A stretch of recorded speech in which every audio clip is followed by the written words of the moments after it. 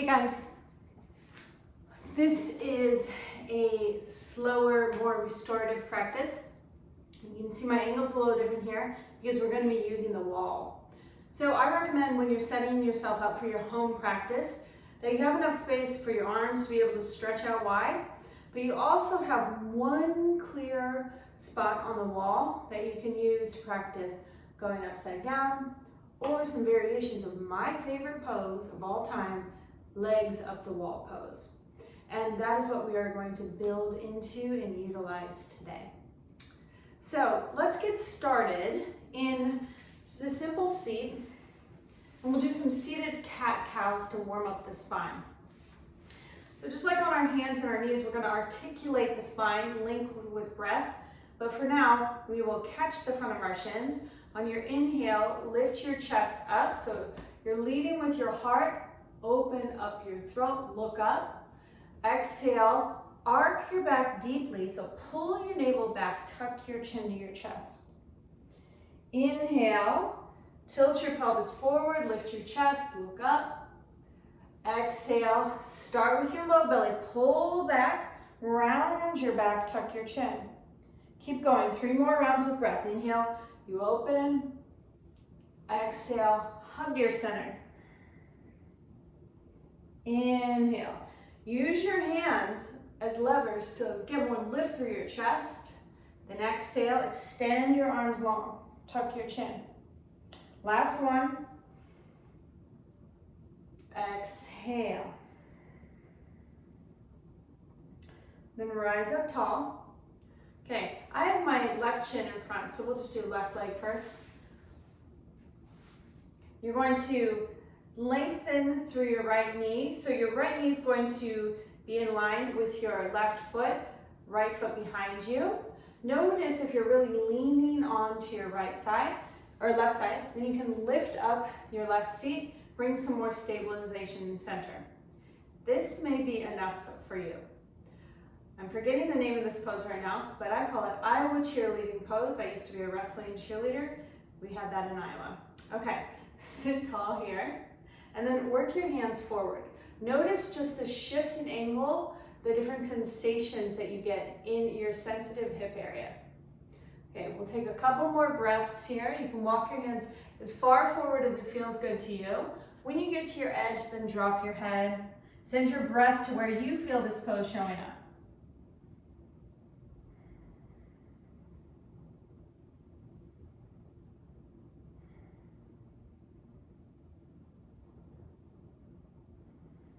Slowly crawl back towards you. And at any time, if a pose is feeling good, of course, you can stay there, add on in a way that feels good to you. All right, pinwheel pose on the second side. Notice if you can bring greater stability to your foundation. Whenever you build a solid foundation, you'll get more expansion through any of your poses. Walk your hands forward, drop your head, dive into your breath.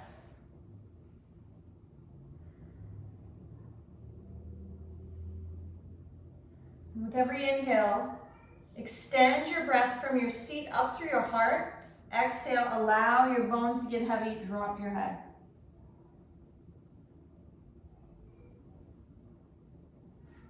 Slowly walk your hands back towards you.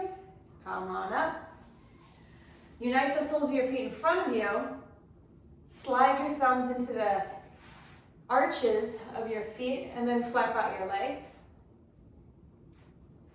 Inhale, lift your chest up, so lengthen. On your exhale, bend your elbows. Use your elbows to help open up your hips even more. My hips are pretty tight today. This is a sequence that I generally do to the side of my bed once I put my kiddos down to sleep. Drop your head, pull yourself a little deeper, and then rise up. Okay, next shape can be pretty deep, but we have the wall, and I also recommend you have some blocks near you to support you. So we are going to take a tabletop pose facing away from the wall. If you have your blocks, bring them to the sides of your mats. And then slide your right knee back to the floorboard with your toes facing up the wall. Then step your left foot forward. So you're in a low lunge variation. This may be enough for you, hands on the blocks. You can even lift your blocks up higher. Or for the next step, place your hands on top of your left thigh. Squeeze your inner thighs together. Slide your tailbone down, so lengthen, elongate your low back, and then work your hips towards your heel. Deep, full breaths. This is a big quad stretch. So send your breath to that area of your body. Our quads can hold anger, deep emotions. So notice as anything arises, can you, instead of responding or getting lost in drama, can you just respond with your breath? Instead of reacting, respond with breath. All right, then bring your right hand down to the ground, left hand down. We always want to be stable in the transitions. It's not just the poses that matter. Pivot your left or right foot behind you, left hand to the inside of your left foot. Grab your right hip with your right hand. Again, anchor your tailbone down. Now twist your chest higher to the sky. Big full breaths here. So this is an extended side angle variation. Really press your left tricep into your left knee. Create opposition. And in all of that, lengthen your heart even more. Look down. Switch sides. So slide your left knee back to the floorboard. Step your right foot forward. Then work up and create the shape that is unique for you, that serves you, that's in that special space for you between too much and not enough. All right, if you can, walk your hands up on top of your right knee. Usually the other side is a bit tighter for me, but today this side's showing up even more. So notice the uniqueness between your two sides, and then using your breath and your awareness, can you seek to create balance? Not forcing balance, just breathing into it, feeling into it, getting curious around what's there and also what's possible. Back your hips up even more, lean deeper into the shape.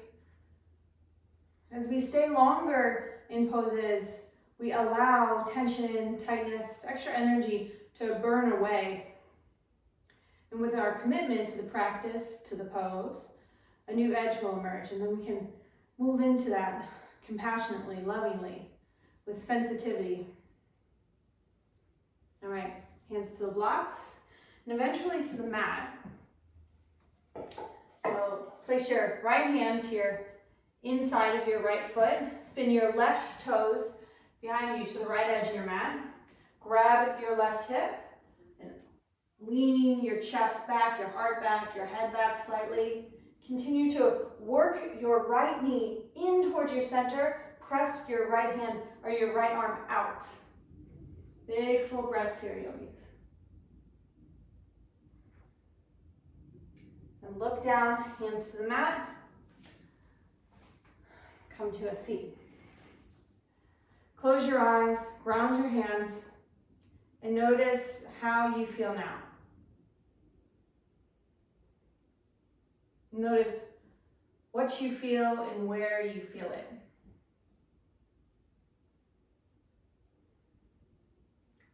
Bring one hand to your heart, one hand to your belly. Deep breath in. Flood your body with prana, with life. Open mouth, exhale. Hands to your thighs, open your eyes. Time for legs up the wall pose. Go ahead and move your blocks off to the side.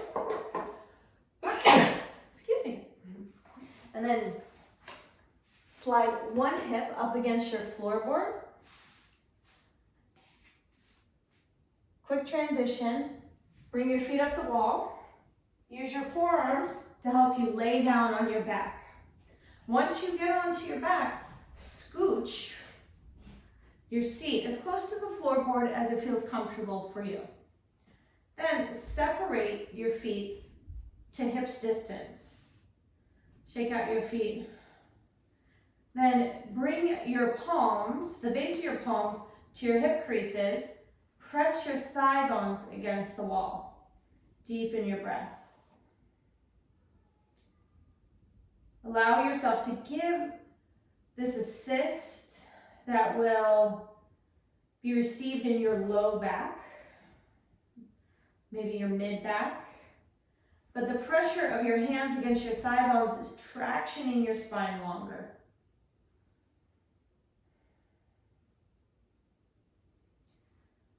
And then release your self-assist, palms by your side. You can close your eyes here as you deepen your breath. And allow your whole back to be supported by the floor. And allow the weight of your legs to open up more space in your low back, your hip sockets. All you do is just receive. Receive your breath, receive the weight, receive the healing that's available if you tune in and connect to it.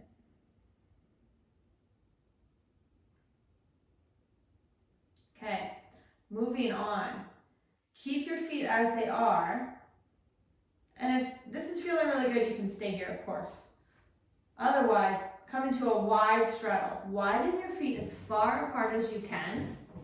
And you can kind of shimmy your heels down more towards the floorboards. And then pause. Pause when you feel that first layer of resistance. Notice any imbalance that emerges in your low back, or if anything starts to repel from the mat. When your body lifts away from the earth, that's tension, that's tightness. Such good feedback from your form. Again, give yourself the assist. Use your hands to work your thigh bones towards the wall. Lift your heart away from the wall and breathe into the opposition. Breathe into the weight, the extension, and the space that's being created in between.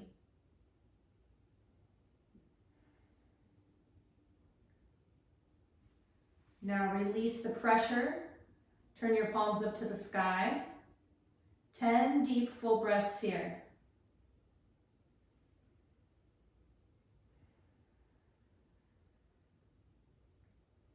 Now that you've been here for a little while, if you can deepen into your pose even more, feel free to do so.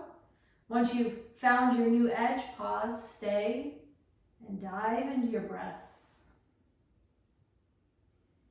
If you can close your eyes, you can create a deeper connection to what's happening on the inside. Closing your eyes is the first sign of relaxation and creates a deeper connection, a more concise connection to your inner wisdom, what's happening from the skin in.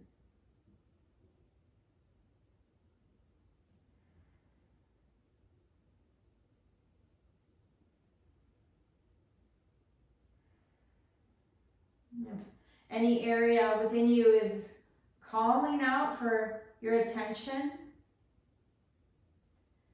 can you direct your energy there, your focus, and lovingly wrap your breath around the area that's showing up for you through the language of sensation.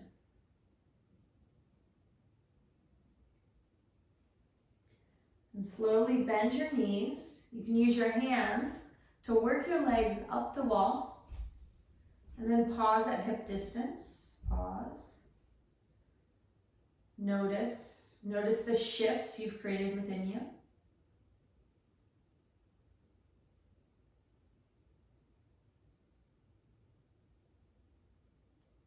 And slowly bend your knees. Wiggle away from the wall so your feet can still be on the wall. Take a twist. Drop your knees to the left. You can even scoot your hips more to the right, and then your left shoulder more to the left. If it feels good, even turn your chin over your right shoulder. I like to use my left hand as a little weight to the outside of my right thigh. Just an easy supine twist. Switch sides. Swing your hips to the left, turn your knees to the right. Expand your right shoulder blade more to the right edge of your mat. And if it feels good, turn and look over your left shoulder. Big full breaths here.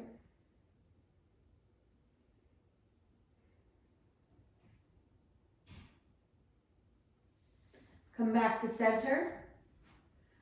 Wrap your arms around your shins. Gently roll to one side. And make your way up to your seat. You can also take a more traditional Shavasana, laying flat on your mat, or stay longer in legs up the wall pose if that was feeling good to you. You choose how much you take from this practice, how you expand it, and how you adapt it to meet your own unique needs. Again, this is a short little practice that I do oftentimes before bed. I highly recommend legs up the wall pose if you're experiencing any back pain or just need to ground into what is true for you. Stay tuned. I'll be sharing more practices with you very soon. Thank you for sharing your yoga practice today. Namaste.